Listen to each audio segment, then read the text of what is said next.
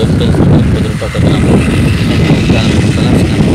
దేవస్థానం అని విత్తనం పెట్టడం ఈ వరకు పెట్టినా, ఇప్పుడు కూడా పెట్టినా, మూడోసారి పెట్టడం.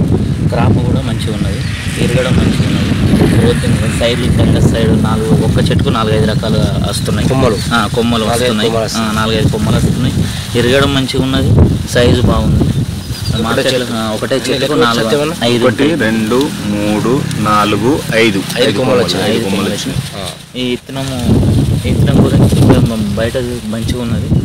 కావాలనే మళ్ళీ 2-3 రకాల ప్యాకెట్స్ దగ్గర పెట్టుకున్నాయి. ఇవే విత్తనం మళ్ళీ దొరికితే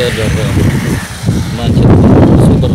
మీరు ఇంతకుముందు ఎండాకాలం వేసారు కదా, ఎండాకాలంలో వేసినప్పుడు ఎంత బాగా టెంపరేచర్, కరీంనగర్ అంటే టెంపరేచర్ ఎక్కువ ఉంటుంది.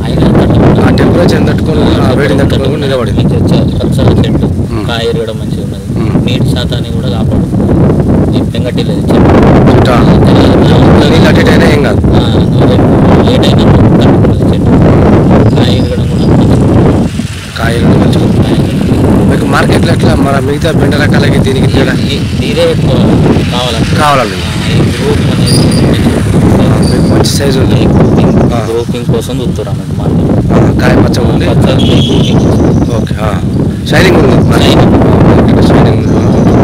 మీరు ఇచ్చే సలహా సార్ మిగతా రైతులకు. ఈరోజు డేట్ వచ్చి 30/5/2025. మంచిగా ఉంది, క్వాలిటీ మంచిగా ఉంది. నేను ఇదే చెప్తాను.